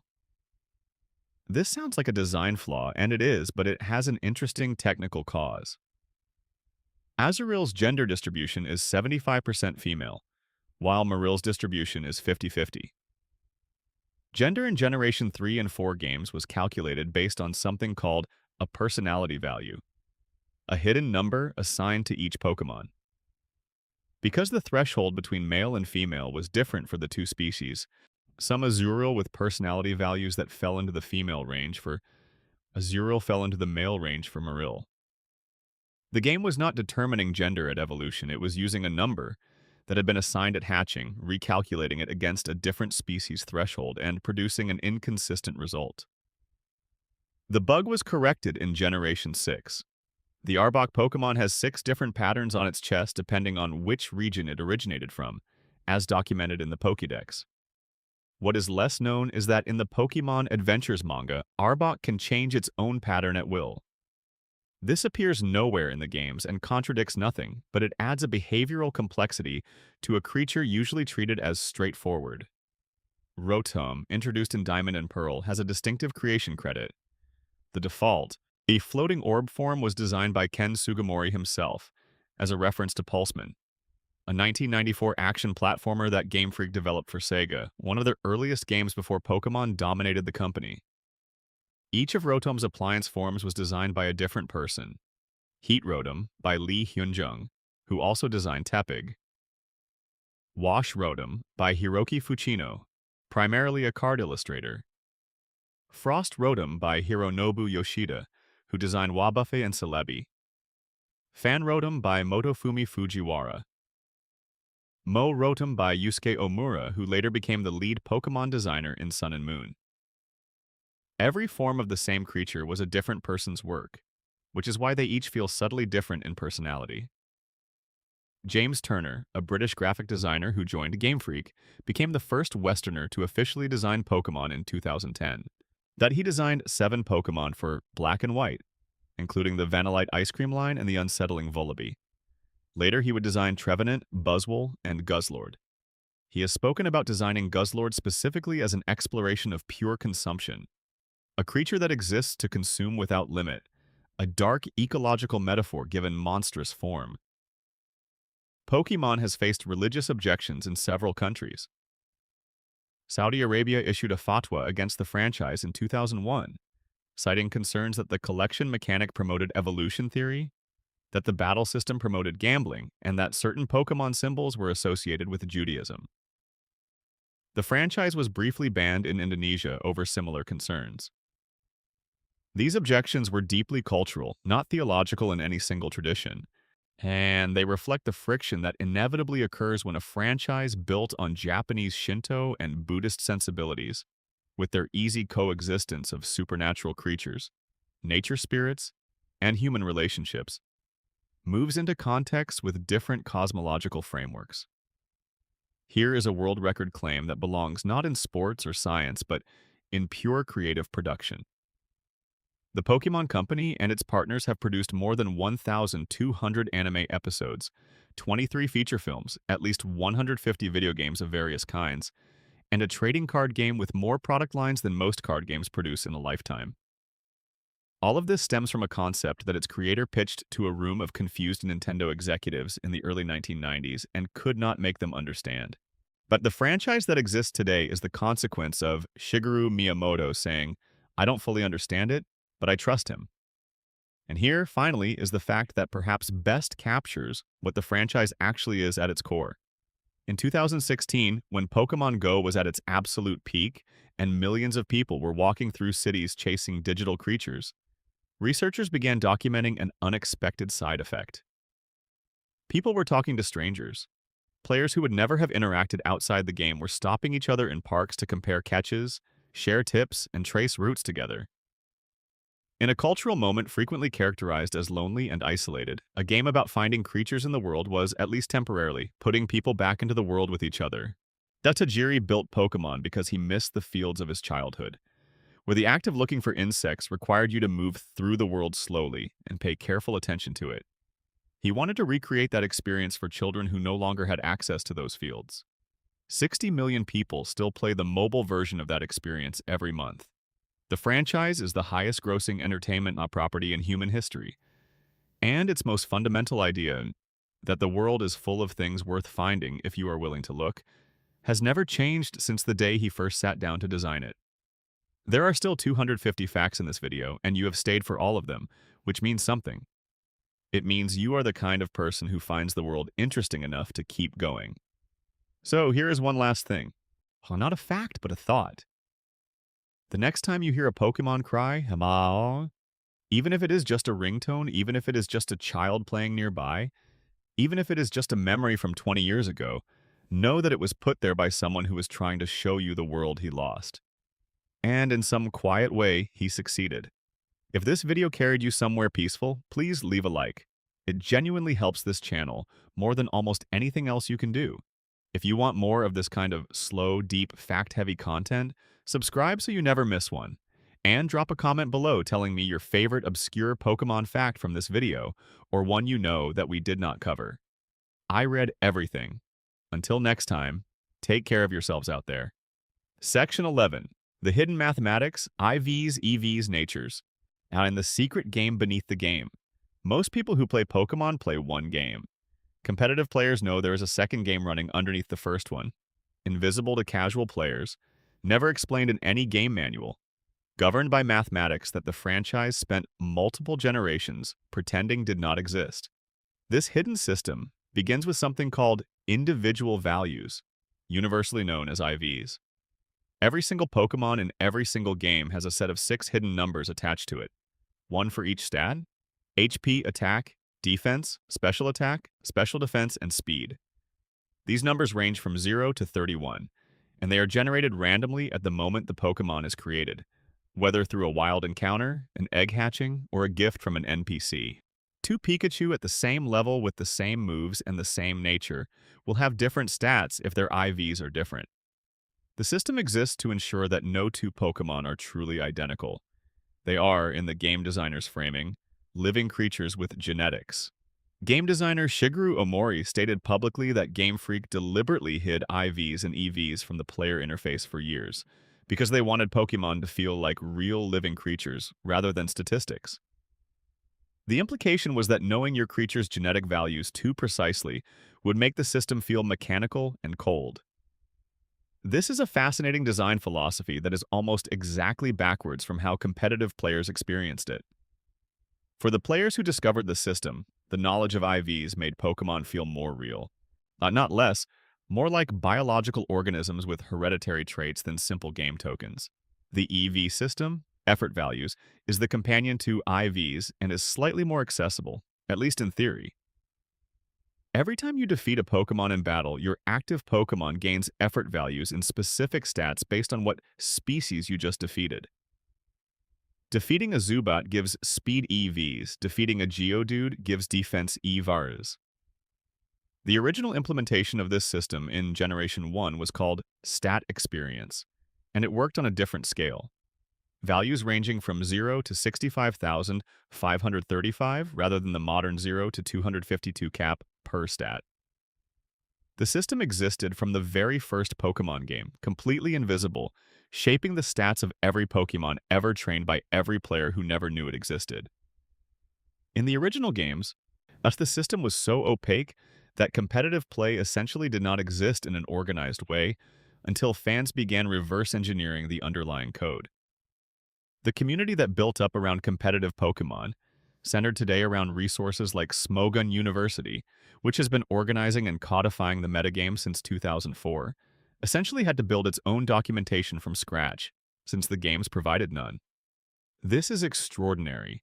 One of the most complex competitive games in the world exists inside a franchise that has never fully explained its own mechanics in any official publication. Natures, introduced in Generation 3, added another invisible layer. Each Pokemon has one of 25 possible natures, and 20 of them modify stat growth, raising one stat by 10% and lowering another by 10%. A timid nature raises speed and lowers attack. A modest nature raises special attack and lowers attack. A jolly nature raises speed and lowers special attack. 5 natures are neutral. The combination of IVs, EVs, and nature means that the potential number of meaningfully different versions of a single Pokemon species is astronomical. 2 Charizard can look identical, be the same level, and have different stats in every single category. To the game's casual player, this is invisible. To the competitive player, it is everything. Bacarus, a rare in-game condition that appears as a mild status effect, doubles the rate at which a Pokemon gains EVs. It is transmitted like a disease between Pokemon in your party. The Pokédex acknowledges that it is the most profitable thing that can happen to a Pokemon, and the game treats it with the weight of a significant discovery.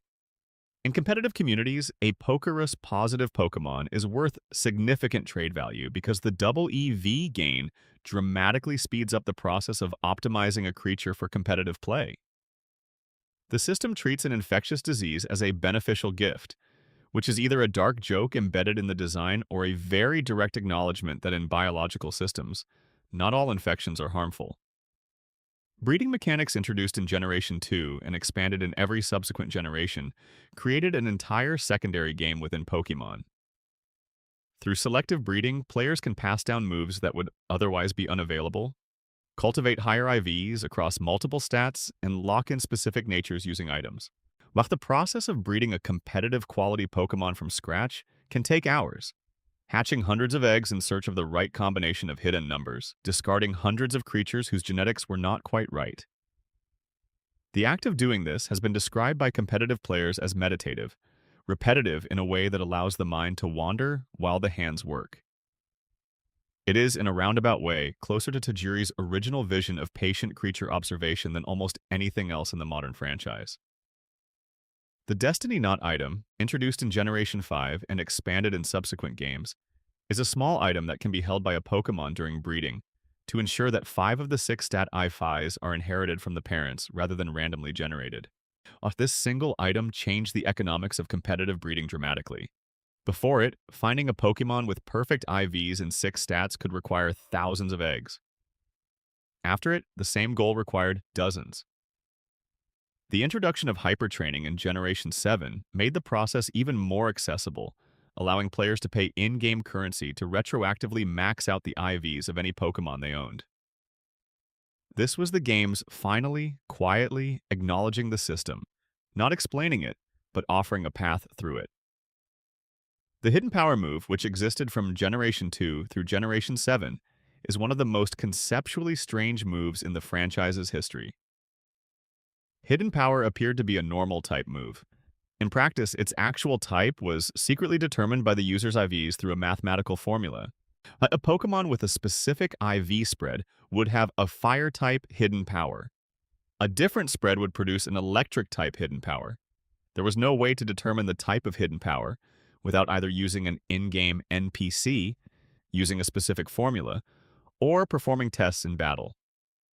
The move was essentially a statistical secret written into a creature's genetics, accessible only to players who knew the system existed. It was removed in Generation 8, but for 7 generations, it represented one of the deepest mechanic layers in any mainstream game. The competitive metagame has developed its own cultural language, its own hierarchies, and its own history that parallels the official franchises. Tiers like OU, overused, UU, underused, and Ubers classify Pokémon by their competitive prevalence rather than by any official designation. A Pokémon that becomes Uber is not officially recognized as such by Game Freak. It is the community deciding collectively that the creature is too powerful to coexist with balanced play. This happened to Pokémon like Garchomp, Blaziken, and many legendary creatures, not because the game said so, but because thousands of matches of aggregated data showed that they were winning at rates that distorted the competitive environment. There is something beautiful about the existence of this entirely player-constructed competitive infrastructure alongside the franchise's official structure. The hidden mathematics of Pokémon generated a community that decided to understand it completely, document it meticulously, and build a competitive culture around it that the game's creators never planned for. The franchise invented a language without intending to. The players learned to speak it. Section 12. The Expanding Universe. Movies, manga, spin-offs, and the stories. You never heard Pokémon's identity is often reduced to the main games and the anime, but the franchise has always been far broader than those two pillars. The movies, the manga, and the spin-off games each constitute their own distinct relationship with the franchise's lore, and each contains discoveries that the main series player may never encounter. The first Pokémon film, Mewtwo Strikes Back, was released in Japan in July 1998 and in North America in November 1999. That's the film's premise. A genetically engineered creature that questions the ethics of its own creation and turns against the humans responsible for its existence is substantially darker than what American audiences were prepared for. The Japanese version of the film's prologue, which was cut from the North American theatrical release, depicts Mewtwo as a contemplative and genuinely philosophical entity, wrestling with questions about consciousness, identity, and what it means to be a created rather than a born thing. The dialogue that was removed is more philosophically complex than anything else in the franchise's then brief history.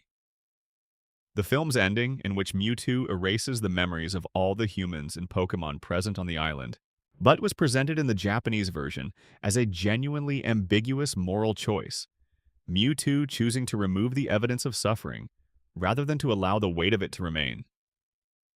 In the American version, the editing and dubbing shifted the tone toward resolution and reconciliation, removing much of the ambiguity.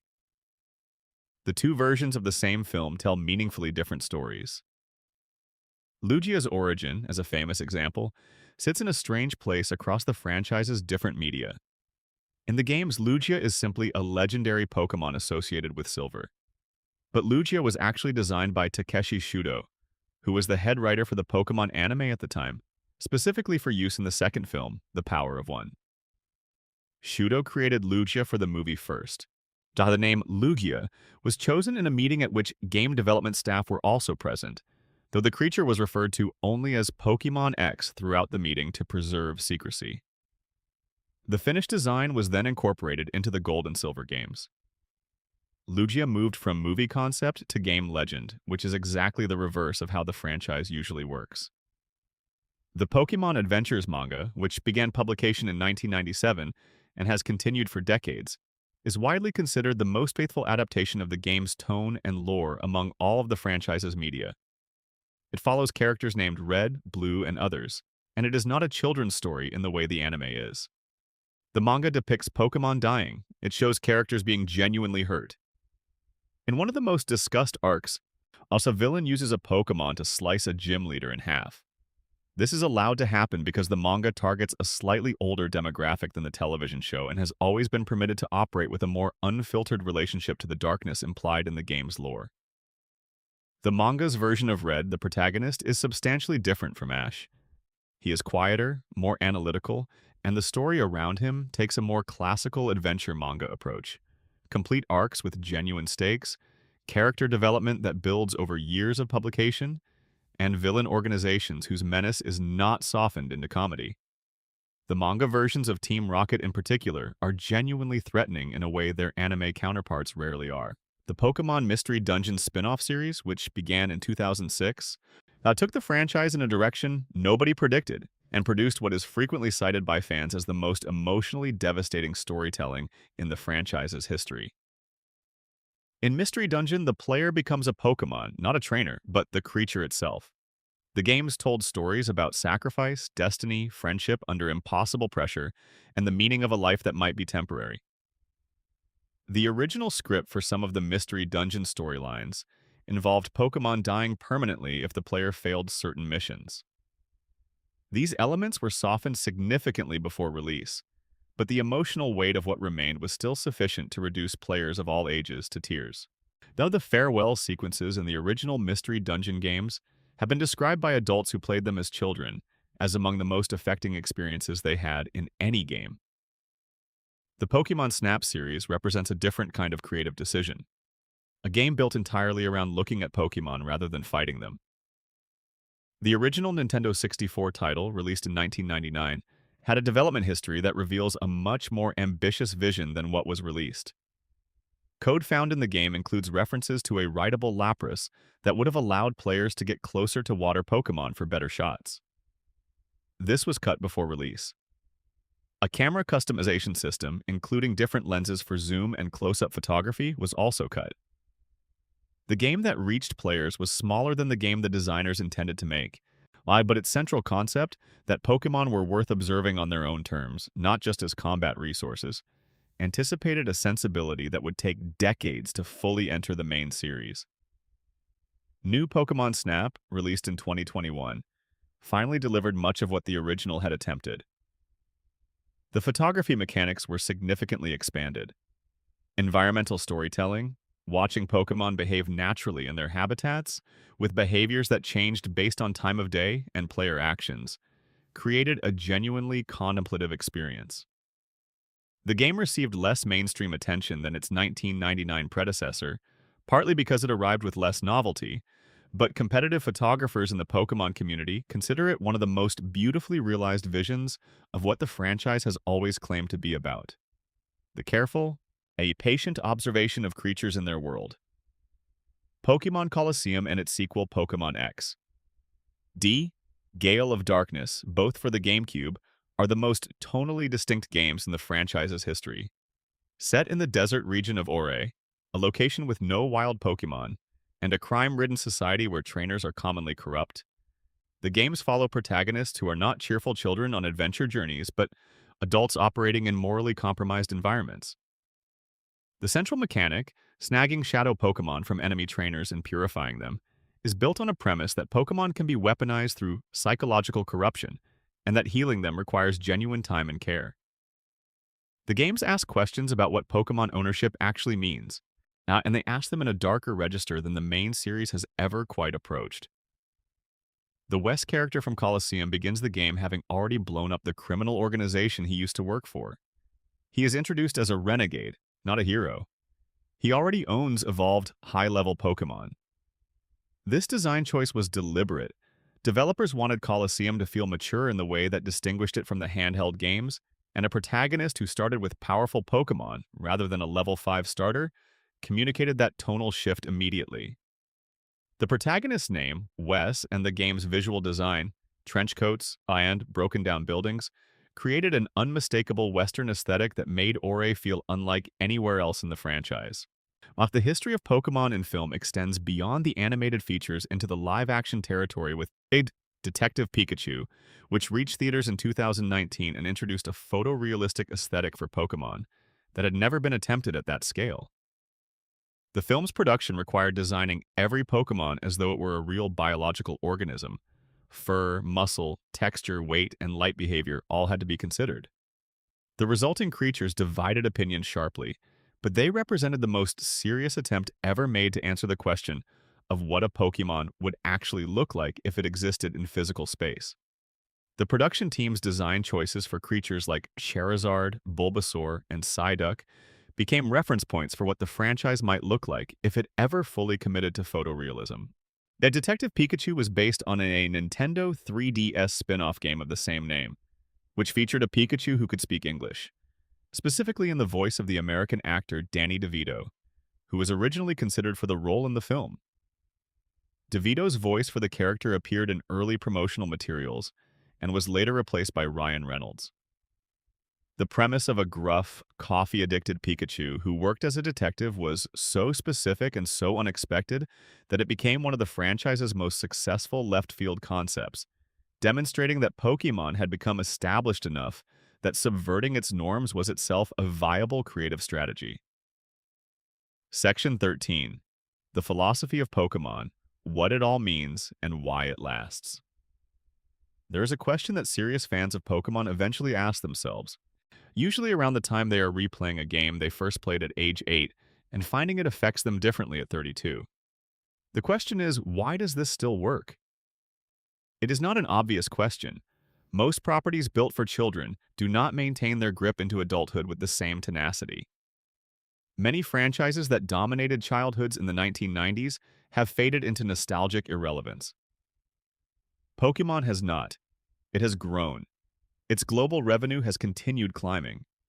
The community around it has deepened and diversified. New players who never knew Red and Blue still find the franchise meaningful in ways they struggle to articulate. Why part of the answer is structural. The franchise has always had layers, a surface level accessible to children, and a depth that rewards adult engagement. The hidden stat systems, the competitive metagame, the dense mythological references in creature designs, the dark lore in Pokédex entries. None of this is required to enjoy Pokémon, but it is there for anyone who looks, creating a franchise that grows with its player rather than outgrowing them.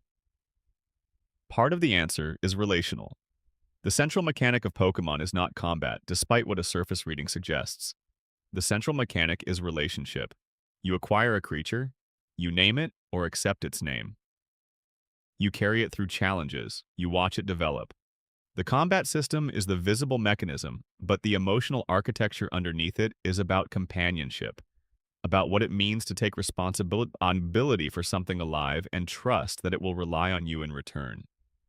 This is not a trivial thing to simulate, and no franchise has done it as persistently or as successfully as Pokémon. Part of the answer involves the franchise's relationship with nature. Tajiri built Pokémon because he missed a world of living things.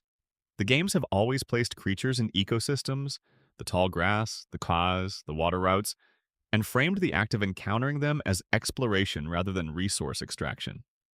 The Pokédex has always described creatures as organisms with behaviors and habitats and diets, not as pieces of equipment.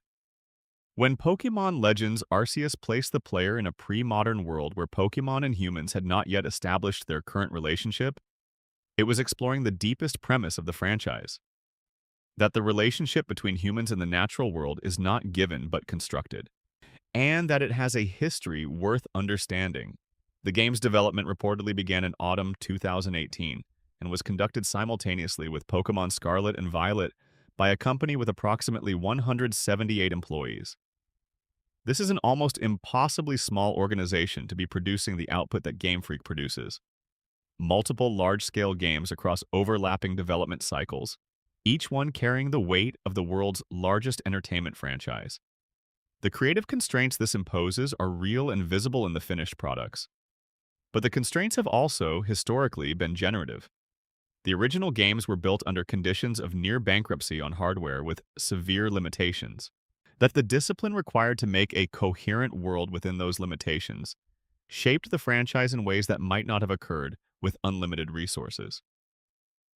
There is a conversation happening in the franchise right now, in the generation we are currently in, about what kind of game Pokémon should be. Legends.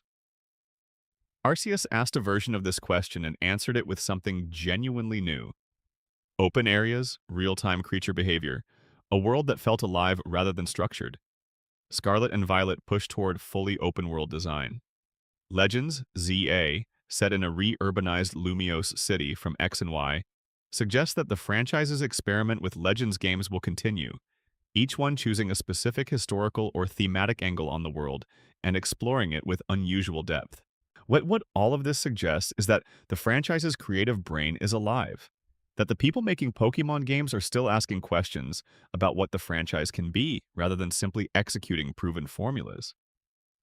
This matters because it is the thing most responsible for the franchise's longevity, not the nostalgia, not the commerce, but the persistent curiosity about what the world of Pokémon actually contains. The Hisui region of Pokémon Legends. Arceus is based on the island of Hokkaido during the Meiji period of Japanese history, a time of rapid change, of outside influence arriving in a previously isolated culture, of old relationships between humans and the natural world being renegotiated under pressure from new technologies and new ideas. The player arrives in Hisui from the modern world, carrying a smartphone, looking at Pokémon that the region's indigenous people regard as terrifying divine forces rather than as companions. The game is asking the player to think about how the relationship between humans and Pokémon came to be, not just treating it as a given. This is, in the fullest sense of the word, philosophy embedded in a children's game. And it has been there, in one form or another, since Tajiri first watched a bug walk along the wire connecting two Game Boys. The franchise will be 30 years old this year. In those 3 decades, it has produced more than 1,000 unique creature designs, visited 10 major regions, told stories across games, anime, films, manga, and mobile apps, and generated more revenue than any other entertainment property in human history. It has been played by people who are now adults with children of their own who are also playing it. It has inspired careers in biology, design, game development, and competitive gaming.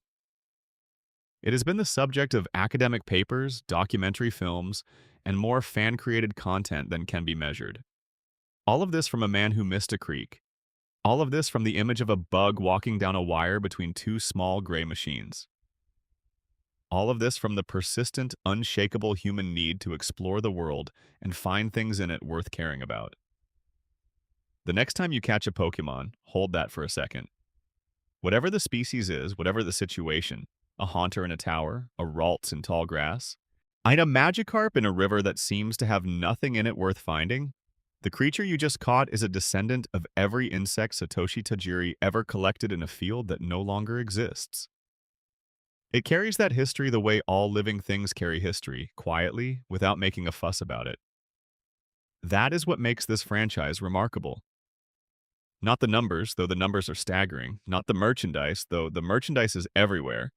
What makes it remarkable is that it was made by someone who genuinely loved something that was disappearing and found a way to give it back to millions of people who had never known it in the first place. And it still works. 30 years later, it still works. If you made it all the way through this video, thank you, genuinely. This took a long time to put together, and it means everything that you were here for all of it. If something surprised you, if something gave you a fact you are going to be sharing tomorrow, drop it in the comments.